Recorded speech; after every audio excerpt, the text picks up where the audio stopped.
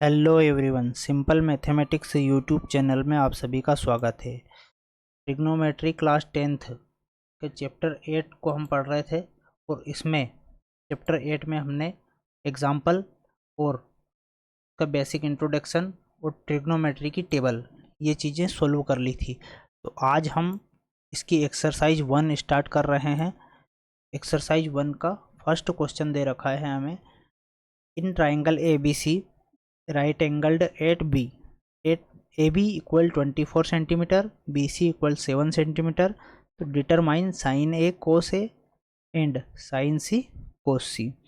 हमें त्रिभुज दे रखा है, त्रिभुज ए बी सी, जिसका कोण बी पर समकोण है। मतलब ये जो त्रिभुज है इसको हम ए बी सी, बी पर क्या है, ये समकोण है, तो हमने इसे बी पर समकोण बना लिया। अब समकोण जो जिस भुजा जो एंगल समकोण होता है उसके सम्मुख भुजा जो रहती है वो हमारी क्या रहती है, कर्ण। समकोण त्रिभुज की सम्मुख भुजा हमेशा कर्ण कहलाती है, हाइपोटेनियस कहलाती है ना। और अन्य भुजाओं का निर्धारण एंगल के आधार पर होता है, कौन सी भुजा आधार होगी और कौन सी लंब होगी। इन दोनों भुजाओं में से ए बी और बी सी में से एंगल के बिहाव पर हम ये डिसाइड करेंगे कि कौन सी लंब है और कौन सी आधार है। यदि एंगल सी लेंगे तो उसके लिए लंब उसकी सम्मुख भुजा ए बी होगी, और यदि एंगल ए लेंगे तो उसके लिए लंब उसकी सम्मुख भुजा बी सी होगी। तो आइए हम इसको शुरू करते हैं। अब हम क्या है, जैसे त्रिभुज ए बी सी में जिसका कोण बी समकोण है, ए बी हमें दे रखा है 24 सेंटीमीटर, है ना। ए बी हमारा कितना है, 24 सेंटीमीटर, ये हो गया। बी सी दे रखा है 7 सेंटीमीटर, बी सी की वैल्यू 7 सेंटीमीटर। तो हमें ए सी निकालना है। ए सी की वैल्यू हमें क्यों ज़रूरत लगेगी, क्योंकि साइन के वैल्यू में हाइपोटेनियस का मान आता है, तो हम ए सी निकालेंगे। तो ए सी कैसे निकलेगा हमारा, बाय पाइथागोरस थ्योरम। इसका सॉल्यूशन लिखेंगे हम बाय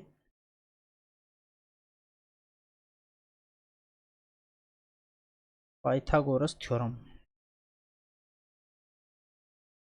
है ना।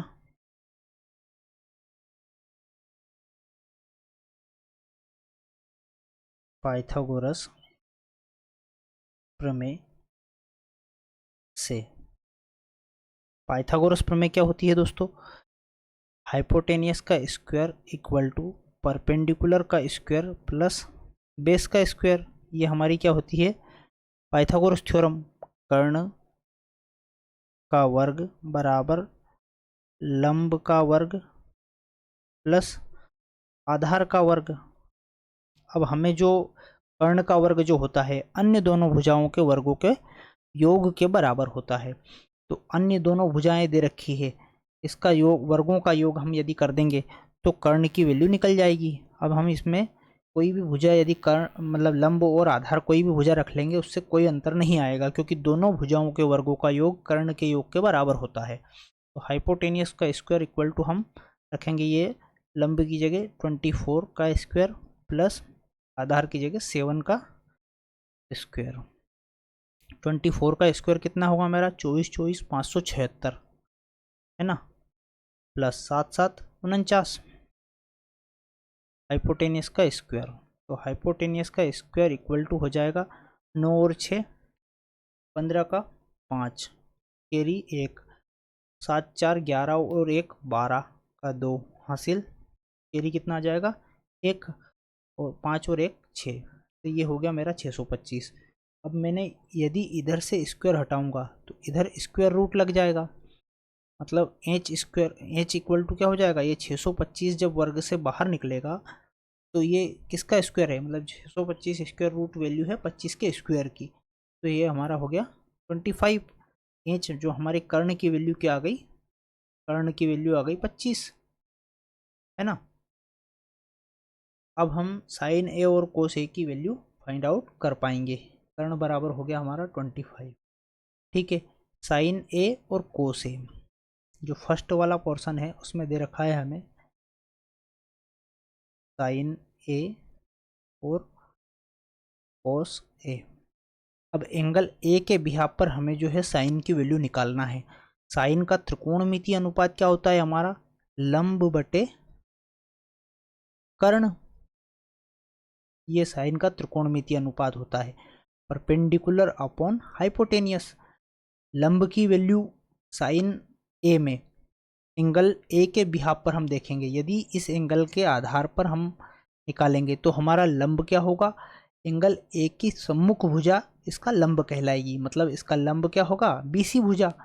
ये सम्मुख भुजा कौन सी है, ये वाली भुजा, तो ये इसका लंब होगी। तो परपेंडिकुलर हमारा हो जाएगा कितना, 7।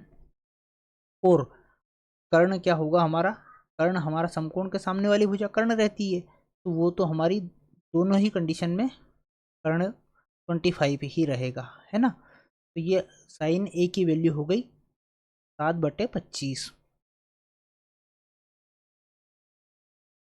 ये आंसर हो गया हमारा। अब इसी तरह हम कोस ए की वैल्यू निकालेंगे। कोस का हमारा त्रिकोणमितीय अनुपात क्या होता है, आधार बटे कर्ण, आधार बटे कर्ण। कोस का त्रिकोणमितीय अनुपात होता है बेस अपॉन हाइपोटेनियस। तो यहाँ पर बेस हमारा क्या है, एंगल ए के लिए, एंगल ए के लिए बेस होगा हमारा 24। एंगल ए के लिए जो बेस होता है वो उसकी आसन्न भुजा होती है, एडजेसेंट साइड जो होती है वो उसका बेस होती है, और अपोजिट साइड जो है हाइपोटेनियस होती है, नहीं हाइपोटेनियस नहीं, परपेंडिकुलर होती है। अपोजिट साइड परपेंडिकुलर होती है और एडजेसेंट साइड जो है क्या होती है, बेस होती है। तो यहाँ पर बेस हो जाएगा हमारा 24 और हाइपोटेनियस हो जाएगा हमारा 25। तो कोस ए की वैल्यू क्या होगी मेरी, 24/25। ये हमारा कोस ए का आंसर हो गया। एक वैल्यू होगी 7/25, दूसरी वैल्यू होगी 24/25। इसी तरह से हम साइन सी और कोस सी की वैल्यू फाइंड आउट करेंगे। तो अब एंगल हमें कौन सा लेना है, एंगल सी के बिहाफ पर हमें जो है साइन की और कोस की वैल्यू फाइंड आउट करना है। अब एंगल सी को यदि मैं आधार मानूंगा तो हमारे लंब और जो लंब और आधार है वो चेंज हो जाएंगे। क्या होगा मेरा लंब और क्या आधार, जैसे एंगल सी है तो एंगल सी के अपोजिट साइड ए बी, ये वाली अपोजिट साइड हो गई इसकी, ए बी जो होगी वो लंब होगी, और इसकी जो एडजेसेंट साइड है मतलब ये आसन्न भुजा बी सी, ये हमारी आधार होगी। तो एंगल सी का साइन का जो ट्रिग्नोमेट्रिक रेशियो क्या होता है, लंब बटे कर्ण, है ना, परपेंडिकुलर अपॉन हाइपोटेनियस। परपेंडिकुलर हमारा क्या होगा यहाँ पर परपेंडिकुलर हो जाएगा एंगल सी के लिए 24 और हाइपोटेनियस क्या होगा हमारा 25। इसी तरह से हम साइन सी के बाद में कोस सी की वैल्यू फाइंड आउट करेंगे। कोस सी के लिए कोस सी का त्रिकोणमितीय अनुपात, कोस का त्रिकोणमितीय अनुपात होता है हमारा क्या, आधार बटे कर्ण, है ना, बेस अपॉन हाइपोटेनियस। अब मेरा एंगल सी के लिए बेस हो जाएगा 7, क्योंकि इसकी एडजेसेंट साइड जो आसन्न भुजा होती है एंगल सी के लिए वो हमारी बेस हो जाएगी, और हाइपोटेनियस हो जाएगा हमारा 25। इस तरह से हमारी जो सारे वैल्यू है वो फाइंड आउट हो गई है। जो मैंने ये बॉक्स में बंद करी है ये हमारे आंसर होंगे। यहाँ पर हमारा 7/25, यहाँ पर 24/25, और यहाँ पर भी 24/25, और यहाँ 7/25। तो इस तरह से हमारी sign A cos A, sign सी और कोस सी की वैल्यू फाइंड आउट हो गई है। आइए हम नेक्स्ट सवाल देखते हैं। नेक्स्ट सवाल दे रखा है हमें, चित्र में tan p minus cot r ज्ञात कीजिए। जैसे ये चित्र दे रखा है हमें, इसमें हमें tan p और कोट r की वैल्यू निकालना है। In figure find tan p minus cot r, है ना, tan p और कोट r की वैल्यू निकालिए। अब इसमें हमें दो साइड दे रखी है और तीसरी साइड हमें निकालना है ना। जैसे ये परपेंडिकुलर हो या फिर बेस हो, हमें मतलब एक साइड इधर की ये वाली एक साइड निकालना है, लेकिन ये क्या है, हाइपोटेनियस है। क्यों, क्योंकि ये बड़ी साइड है, है ना, राइट एंगल के सामने वाली भुजा है, तो ये हमारी क्या हो गई, कर्ण। तो हमारा जो पाइथागोरस थ्योरम होता है क्या होता है, bye Pythagoras theorem.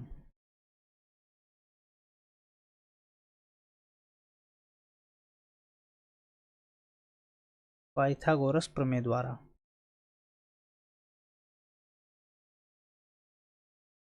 Pythagoras theorem होगा H square equal to perpendicular square plus base square. Perpendicular square मुझे क्या दे रखा है, 13, सॉरी हाइपोटेनियस क्या क्या दे रखा है, 13। तो 13 का स्क्वायर बराबर होगा, परपेंडिकुलर क्या है 12, तो 12 का स्क्वायर प्लस बेस स्क्वायर। अब 13 का स्क्वायर करेंगे तो कितना हो जाएगा, 13 13 169, है ना, और 12 12 144 प्लस बेस का स्क्वायर। इसका पक्षांतर करके इधर लाएंगे तो ये वैल्यू माइनस में हो जाएगी, 169 minus 144 equal to base square. 9 में से 4 गया तो कितना बचेगा, 5, फिर 6 में से 4 गया तो 2, 1 में से 1 गया तो 0। इस तरह से हमारा बी स्क्वायर इक्वल टू बचा 25। अब इधर से स्क्वायर हटाऊंगा तो इधर स्क्वायर रूट लग जाएगा। अब 25 जो है किसका स्क्वायर होता है, 5 का। तो b की वैल्यू हमें कितनी मिल गई, मतलब बेस हमारा आ गया 5। ठीक है, b क्या है, क्यू आर हमारा कितना निकल जाएगा, 5 सेंटीमीटर। अब हम 10 p माइनस कोट r की वैल्यू फाइंड आउट करेंगे। 10 का त्रिकोणमितीय अनुपात क्या होता है, लंब बटे आधार, मतलब perpendicular upon base, minus cot का क्या होता है, इसका जस्ट अपोजिट कोट होता है, 10 का उल्टा कोट होता है। तो ये हो जाएगा हमारा आधार बटे लंब। आधार क्या है मेरा, बेस ऑन परपेंडिकुलर। अब यहाँ पर हमें एंगल P के बिहाफ पर देखना है और यहाँ पर एंगल R के बिहाफ पर देखना है। एंगल P यदि मैं देखूंगा एंगल P के आधार पर, तो मेरा परपेंडिकुलर क्या होगा, 5 सेंटीमीटर, सम्मुख भुजा इसकी QR। तो यहाँ पर मेरा 5 परपेंडिकुलर हो जाएगा और बेस क्या हो जाएगा, इसकी एडजेसेंट साइड, इसकी आसन्न भुजा मेरी आधार हो जाएगी। तो यहाँ पर 12 आधार हो गया। माइनस कोट के लिए यदि हम देखेंगे तो एंगल आर के आधार पर हम जो है देखेंगे, एंगल आर के लिए मेरा बेस क्या हो जाएगा, 5 सेंटीमीटर। तो 5 अपॉन परपेंडिकुलर क्या होगा, इसकी अपोजिट साइड, ये वाली साइड परपेंडिकुलर हो जाएगी, पी क्यू। तो ये 12। अब 5/12 माइनस 5/12, तो ये तो 5/12 में से 5/12 गया तो क्या बचा, 0। 0 हमारा आंसर हो जाएगा। ठीक है, नेक्स्ट सवाल देखते हैं हम। सवाल नंबर 3 दे रखा है हमें, if sine A equal to 3/4 calculate cos A and tan A. मतलब यदि साइन ए बराबर 3/4 है तो कोस ए और टेन ए की गणना कीजिए, है ना। जैसे ये मेरा एक ट्राइंगल दे रखा है, इसका मैंने नाम दे दिया ए बी और सी। बी पर इसे मैंने समकोण बना लिया, है ना। अब ये कह रहा है कि sine A equal to 3/4, angle A के आधार पर हमें इसकी वो देखना है, गणना करना है। तो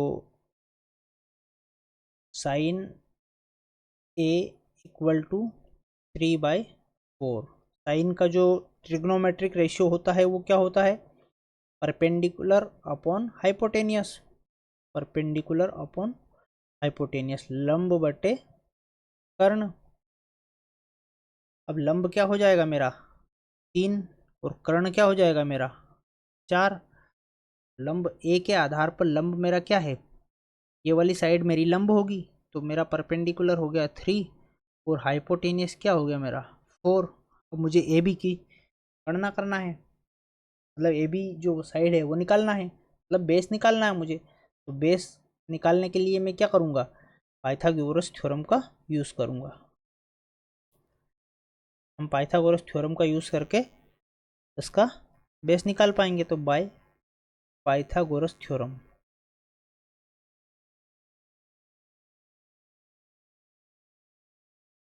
पाइथागोरस थ्योरम हमारी क्या होती है, हाइपोटेनियस का स्क्वायर इक्वल टू बेस का स्क्वायर प्लस परपेंडिकुलर स्क्वायर, मतलब इन दोनों भुजाओं का वर्गों का योग इस कर्ण के वर्ग के बराबर होता है। तो हाइपोटेनियस मेरा है 4, तो 4 का वर्ग हो जाएगा और बेस मुझे निकालना है, तो बेस स्क्वायर ऐसे ही रहने दूंगा, प्लस परपेंडिकुलर क्या दे रखा है मेरा 3, तो 3 का स्क्वायर कर देंगे। अब ये 4 चौक 16 बराबर base square plus 9, base square मेरा यहीं रहेगा, ये 9 पक्षांतर करके मैं इधर ले जाऊंगा तो ये माइनस का हो जाएगा, तो 16 माइनस 9, 16 में से 9 गया तो कितना बचा मेरा 7। तो इधर से मैंने स्क्वायर हटाया तो यहाँ स्क्वायर रूट लग जाएगा, मतलब बेस मुझे क्या मिल गया, बेस मुझे मिल गया √7। ए बी की वैल्यू क्या हो गई √7। अब मुझे जो निकालना है, calculate cos A and tan A, cos A और टेन ए की वैल्यू निकालिए।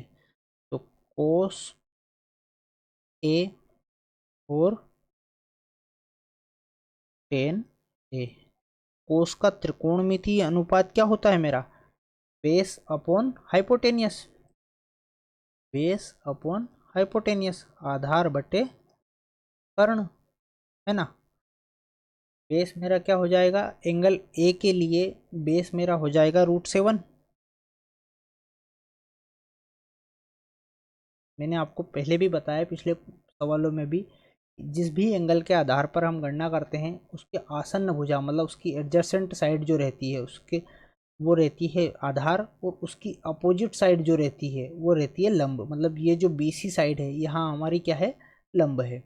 तो ये आधार हो गया हमारा √7 और हाइपोटेनियस क्या है मेरा 4, तो ये √7/4 ये हमारा आंसर हो जाएगा।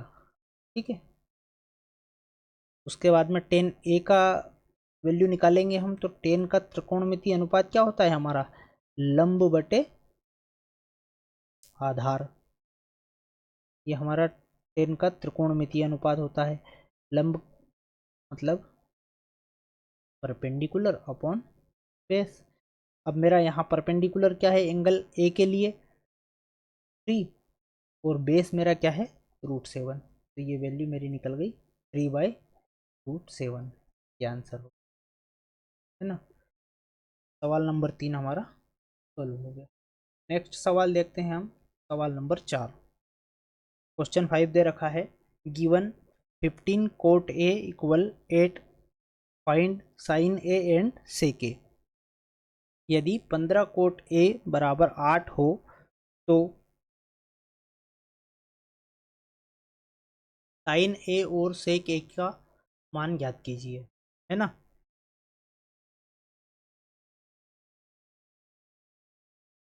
पंद्रह कोट ए बराबर 8 दे रखा है। अब मेरा ये जो 15 है यहाँ पर, इसका मैं पक्षांतर करके इधर लाऊंगा तो इसके बटे में चला जाएगा, तो कोट ए की वैल्यू मेरी क्या हो जाएगी 8/15। अब कोट का त्रिकोणमितीय अनुपात हमारा क्या होता है, कोट हमारा 10 का उल्टा होता है लंब बटे आधार, तो ये हो जाएगा आधार बटे लंब, base upon perpendicular, base upon perpendicular. तो मेरा यहाँ पर 8 जो है बेस हो जाएगा और परपेंडिकुलर 15 हो जाएगा। अब मुझे हाइपोटेनियस निकालना है, तो क्या करेंगे हम, हाइपोटेनियस निकालने के लिए पाइथागोरस थ्योरम लगा देंगे इसमें। मैं इसको नाम दे देता हूँ ट्राइंगल को, ट्राइंगल ए बी और सी। एंगल ए के लिए मेरा बेस क्या होगा ये वाला, तो 8 हमारा जो है बेस हो जाएगा, और एंगल ए के लिए परपेंडिकुलर क्या होगा इसके अपोजिट साइड, ये वाली साइड बी सी हमारी क्या हो जाएगी हाइपोटेनियस। अब हमें ए सी की गणना करना है, ए सी की की गणना करने के लिए हमें हाइपोटेनियस निकालने के लिए क्या करेंगे, हम पाइथागोरस थ्योरम लगा देंगे। तो बाय पाइथागोरस थ्योरम।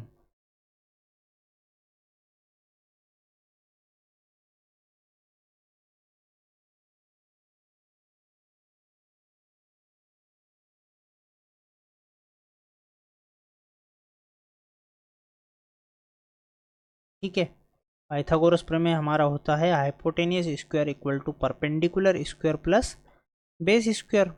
याद हो ही गई होगी अब तो आपको पाइथागोरस प्रमेय। अब हाइपोटेनियस का स्क्वायर तो हमें निकालना ही है। परपेंडिकुलर हमारा क्या है, लंब 15, तो 15 का स्क्वायर प्लस बेस हमारा क्या है 8, तो 8 का स्क्वायर कर देंगे। 15 का स्क्वायर क्या होता है हमारा, 15 15 225 होता है, और 8 ठियाँ 64, तो 225 और 64 कितना हो गया, 5 और 4 9, 6 और 2 8, और 2 वैसे ही आ जाएगा। तो 289 जो है 289 वो किसका स्क्वायर होता है। अब मैं इधर से स्क्वायर हटाऊंगा, ये स्क्वायर हटेगा, तो इधर स्क्वायर रूट लग जाएगा। 289 वर्गमूल जो है वो किसका होता है, 17 का स्क्वायर होता है। तो हाइपोटेनियस मेरा कितना आ गया, 17 आ गया। AC की वैल्यू क्या आ गई हाइपोटेनियस की, 17। अब हम आसानी से सेक ए और सेक साइन ए और सेक ए की वैल्यू फाइंड आउट कर लेंगे। तो हमारा साइन ए इक्वल टू क्या हो जाएगा, साइन का हमारा त्रिकोणमितीय अनुपात क्या होता है, लंब बटे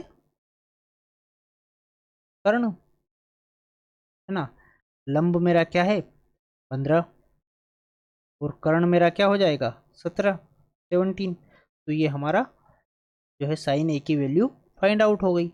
इसी तरह हम सेक ए की वैल्यू फाइंड आउट कर लेंगे। सेक हमारा क्या होता है, कोस का उल्टा होता है, कोस आधार बटे कर्ण होता है, तो ये हमारा कर्ण बटे आधार हो जाएगा, कर्ण बटे आधार, हाइपोटेनियस अपॉन बेस। ये हो जाएगा हमारा परपेंडिकुलर और अपॉन हाइपोटेनियस, है ना। इक्वल टू हाइपोटेनियस क्या है मेरा 17, और बेस मेरा क्या है 8। तो ये वैल्यू फाइंड आउट हमारी हो गई। ठीक है, साइन ए की वैल्यू हो जाएगी 15/17, और सेक ए की वैल्यू हो जाएगी 17/8। ये हमारी साइन ए की वैल्यू है, और ये हमारी सेक ए की वैल्यू है। इस तरह से क्वेश्चन 4 हमारा सोल्व हो गया। आइए नेक्स्ट सवाल देखते हैं हम। नेक्स्ट सवाल दे रखा है हमें, गिवन सवाल नंबर 5, given sec A equal to 13, एक की जो वैल्यू है, 1 मिनट दोस्तों ये थोड़ा मिस प्रिंट है, ये 13/12 होना चाहिए, 13/12। तो calculate all other trigonometric ratios, मतलब जो सेक ए बराबर क्या है 13/12, इसके बटे में 12 आएगा, है ना। थोड़ा सा मिस प्रिंट हो गया है। तो calculate all other trigonometric values ratios, मतलब अन्य त्रिकोणमितीय अनुपातों की हमें गणना करना है। तो ये हो गया मेरा ट्रायंगल ए बी और सी। अब इसने दे रखा है हमें, सॉल्यूशन करेंगे हम इसका। सॉल्यूशन गिवन क्या दिया है, सेक ए इक्वल टू 13/12। सेक का त्रिकोणमितीय अनुपात हमारा क्या होता है, सेक जो होता है क्या होता है, कोस का उल्टा होता है, कोस हमारा आधार बटे कर्ण होता है, तो ये हमारा हो जाएगा कर्ण बटे आधार, मतलब हाइपोटेनियस अपॉन बेस। ये हमारा हो गया हाइपोटेनियस, और ये हो गया हमारा बेस कर्ण। तो ये जो एंगल बनाया हमने, ये बी पर हमने इसको समकोण लिया है, तो ये वाला जो समकोण है बी पर, तो ये हाइपोटेनियस हो जाएगा। तो ये हाइपोटेनियस तो हो गया मेरा कितना 13, है ना।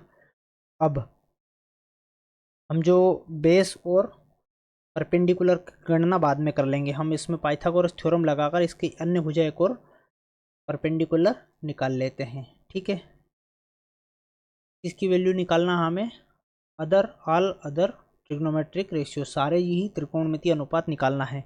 तो मैं इसमें मतलब एक जो भुजा है हमारी परपेंडिकुलर, सॉरी परपेंडिकुलर उसकी गणना कर लेते हैं। तो by Pythagoras theorem, Pythagoras theorem, Pythagoras theorem क्या होता है? Hypotenuse square equal to perpendicular square plus base square. Hypotenuse क्या है हमारा? 13, 13 का वर्ग हो गया। परपेंडिकुलर क्या है मेरा? परपेंडिकुलर तो हमें निकालना ही है। प्लस बेस स्क्वायर क्या है हमारा? 12, तो 12 का वर्ग हो जाएगा। तो परपेंडिकुलर स्क्वायर ऐसा ही रहेगा, 13 13 169 हो जाएगा, और 12 12 144 हो जाएगा। तो 144 का पक्षांतर करके इधर ले जाएंगे तो क्या हो जाएगा? माइनस का हो जाएगा। तो 169 माइनस 144 बराबर परपेंडिकुलर का स्क्वायर। तो परपेंडिकुलर स्क्वायर मेरा वैसा ही रहेगा, 9 में से 4 गया 5 बचा, 6 में से 4 गया 2 बचा। तो ये हो गया, स्क्वायर हटाया स्क्वायर रूट लग जाएगा। तो परपेंडिकुलर मेरा क्या आ गया? 5 आ गया। परपेंडिकुलर क्या आ गया हमारा? 5 आ गया। अब हमें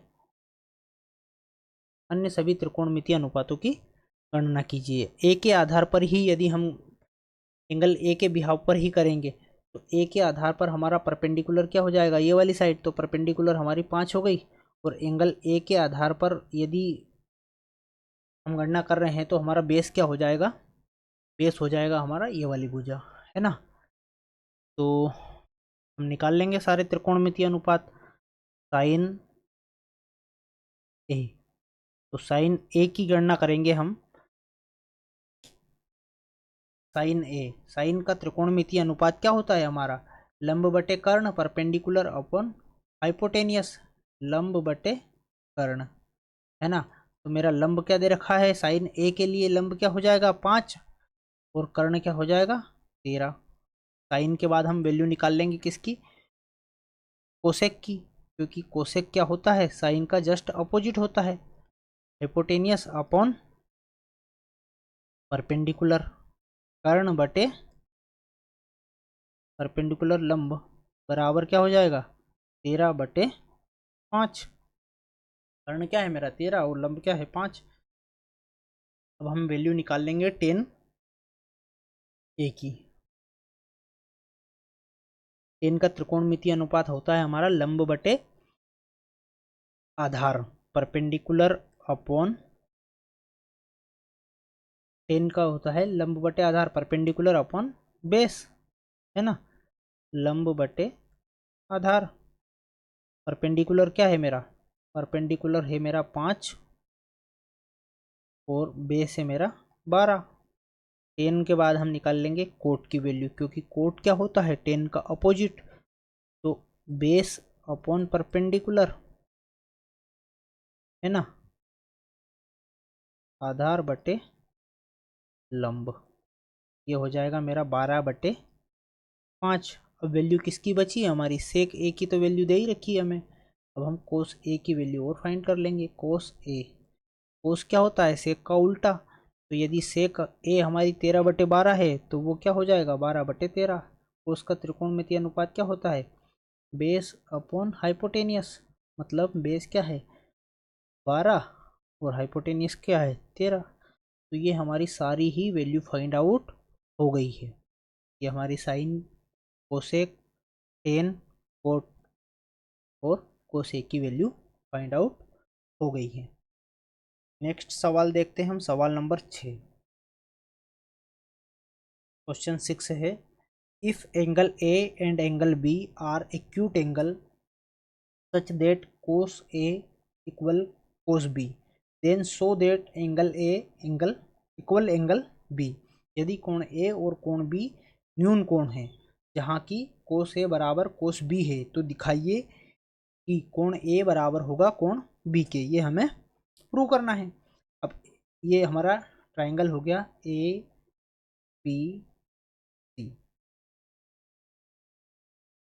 ए बी और सी। ये बी पर हमने इसे समकोण बना लिया, तो ये वाली साइड हमारी हो जाएगी हाइपोटेनियस। एंगल ए के बिहाव पर हम यदि देखेंगे तो ये हमारा परपेंडिकुलर हो जाएगा, और एंगल सी के बिहाव पर देखेंगे तो ये परपेंडिकुलर हो जाएगा। अब एक बार हमें कोस ए के आधार पर लेना है, नहीं, इसमें हमें कोस ए बराबर कोस बी लेना है ना। तो ये चित्र बना लिया हमने। सॉल्यूशन देखते हैं। त्रिभुज ए बी सी में एंगल बी हमारा क्या हो गया 90 डिग्री, है ना। अब ये क्या कह रहा है कि कोस ए बराबर है कोस बी के, तो कोस ए बराबर रखेंगे हम कोस बी। अब कोस का जो त्रिकोणमितीय अनुपात होता है हमारा वो क्या होता है, बेस अपॉन हाइपोटेनियस, है ना। तो बेस हमारा क्या हो गया इसमें, कोस ए के लिए हमारा बेस हो जाएगा क्या, ए बी। एंगल ए के लिए बेस हो जाएगा ए बी और हाइपोटेनियस हो जाएगा ए सी। कोस का ट्रिग्नोमेट्रिक वैल्यू लिख देंगे हम, बेस अपॉन हाइपोटेनियस, है ना, आधार बटे कर्ण।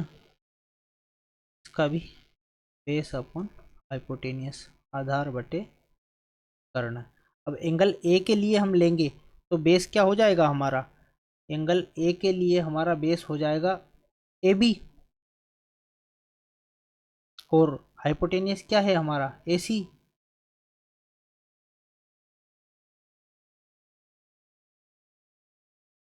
ए सी हमारा हाइपोटेनियस हो गया, इक्वल एंगल बी के यदि हम ले लेंगे, सॉरी फ्रेंड हमें क्या है ये एंगल ए और एंगल बी जो है एक्यूट एंगल लेना था, मैंने ये यहाँ ड्रॉ करने में मिस्टेक कर दी है थोड़ी।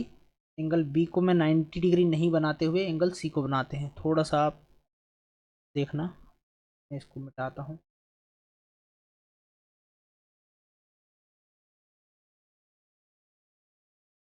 हमें एंगल बी, ए और बी एक्यूट एंगल लेना है तो हम इसको सी बनाते हैं, ये इसको 90 डिग्री बनाते हैं, एंगल सी हमारा 90 डिग्री होगा।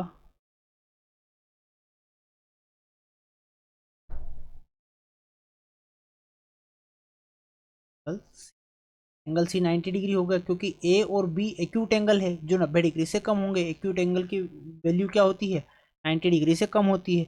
तो यहाँ पर हमारा ये मान चेंज हो जाएगा। अब एंगल ए के लिए लेंगे तो हमारा बेस क्या हो जाएगा, एंगल ए के लिए बेस हो जाएगा मेरा ए सी और हाइपोटेनियस क्या होगा ए बी। इसी तरह एंगल बी के लिए लेंगे तो हमारा बेस हो जाएगा बी सी और हाइपोटेनियस क्या हो जाएगा हमारा ए बी। अब यदि हम इसका क्रॉस मल्टीप्लिकेशन करते हैं, क्रॉस गुणा करते हैं तो, सॉरी ये ए बी गलत लिख दिया, तो ए बी से ए बी हमारा कैंसिल हो जाएगा। तो यहाँ ए सी इक्वल टू बी सी, मतलब जो ए सी भुजा है वो बी सी के बराबर है। तो इसकी दोनों भुजाएं यदि बराबर हो गई तो ये दोनों कोण भी क्या हो जाएंगे, बराबर हो जाएंगे। ये हमारा जो क्या होती है प्रॉपर्टी होती है, दोनों भुजाएं बराबर हो तो उनके सम्मुख कोण भी बराबर होंगे, सम्मुख कोण भी बराबर होंगे, है ना। एंगल यदि हमारे जो है एंगल अपोजिट एंगल जो है इक्वल होंगे to equal sides in triangle are, है ना। तो इसकी जो साइड यदि इक्वल है तो इसके अपोजिट एंगल भी इक्वल हो जाएंगे। तो ये हमारा प्रूव हो गया। आगे के सवाल हम अगले वीडियो में देखते हैं। थैंक यू दोस्तों।